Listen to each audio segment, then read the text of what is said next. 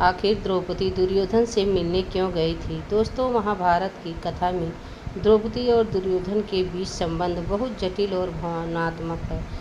आमतौर पर लोग यह सवाल पूछते हैं कि आखिर द्रौपदी दुर्योधन से मिलने क्यों गई थी, तो इसका उत्तर सीधा नहीं है, बल्कि हमें परिस्थितियों, रणनीति और मानवीय भावनाओं सब शामिल हैं। सबसे पहले यह समझना जरूरी है कि महाभारत के मूल ग्रंथ में ऐसा कोई स्पष्ट प्रसंग नहीं मिलता जिसमें द्रौपदी स्वेच्छा से दुर्योधन से मिलने जाती है।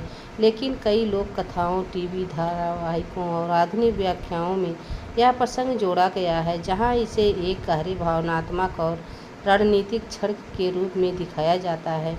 इस कथाओं के अनुसार यह घटना उस समय की मानी जाती है जब कुरुक्षेत्र युद्ध अपने चरम पर था।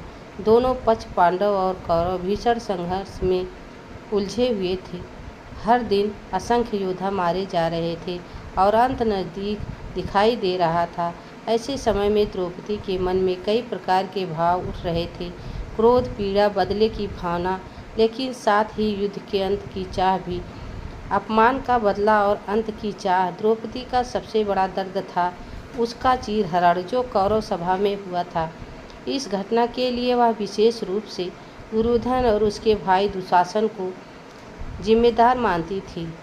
उसने प्रतिज्ञा की थी कि जब तक दुशासन का रक्त उसके केशों को नहीं छुएगा, वह उन्हें नहीं बांधेगी। लेकिन यह युद्ध के दौरान जब उसने देखा कि दोनों पक्षों में विनाश हो रहा है, तो उसके मन में यह सवाल उठा कि क्या इस विनाश का कोई अंत है?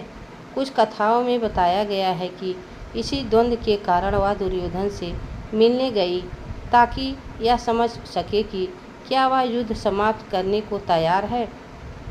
कुछ व्याख्याओं के अनुसार द्रौपदी का दुर्योधन से मिलना एक रणनीति भी थी हो सकती थी। पांडव पक्ष यह जानना चाहता था कि दुर्योधन की अगली चाल क्या होगी। द्रौपदी बुद्धिमान और प्रभावशाली थी, इसलिए उसे भेजा गया ताकि वह बातचीत के माध्यम से दुर्योधन के मन की बात जान सके। हालांकि यह विचार पूरी तरह से प्रमाणित नहीं है, लेकिन यह दिखाता है कि द्रौपदी केवल भावनात्मक नहीं, बल्कि राजनीतिक दृष्टि से भी सक्षम थी।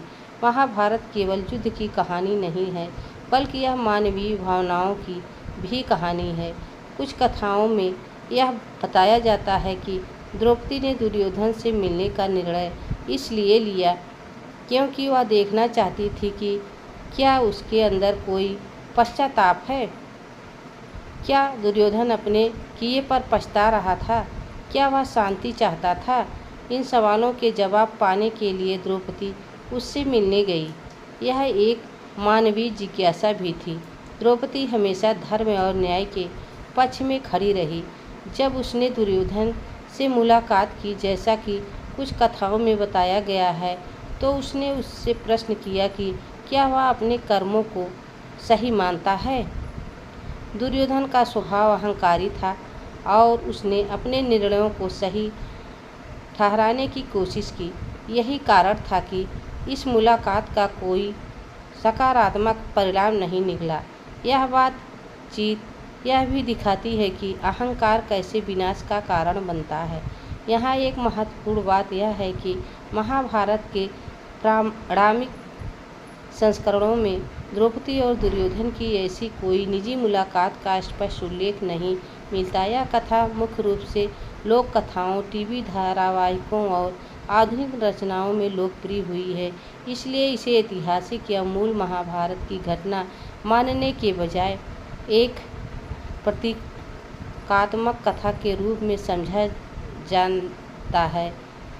द्रौपदी का दुर्योधन से मिलने का प्रसंग हमें यह सिखाता है कि मनुष्य के भीतर भावनाओं और कर्तव्य का संघर्ष हमेशा चलता रहता है। एक ओर द्रौपदी का अपमान और बदले की भावना थी, तो दूसरी ओर युद्ध के अंत की इच्छा। यह कथा हमें यह भी दिखाती है कि अहंकार, अन्याय और गलत निर्णय अंततः विनाश की ओर ले जाते हैं। दुर्योधन का अधिक अहंकार ही उसकी हार का कारण बना, जबकि दुर्योधन का साहस और धैर्य उसे एक महान और प्रेरणादायक चरित्र बनाता है। दोस्तों, यह वीडियो आप सबको कैसी लगी कमेंट में ज़रूर बताना। चैनल पर नए हो तो लाइक सब्सक्राइब ज़रूर करना। तब तक के लिए राधे राधे, जय श्री कृष्ण, धन्यवाद।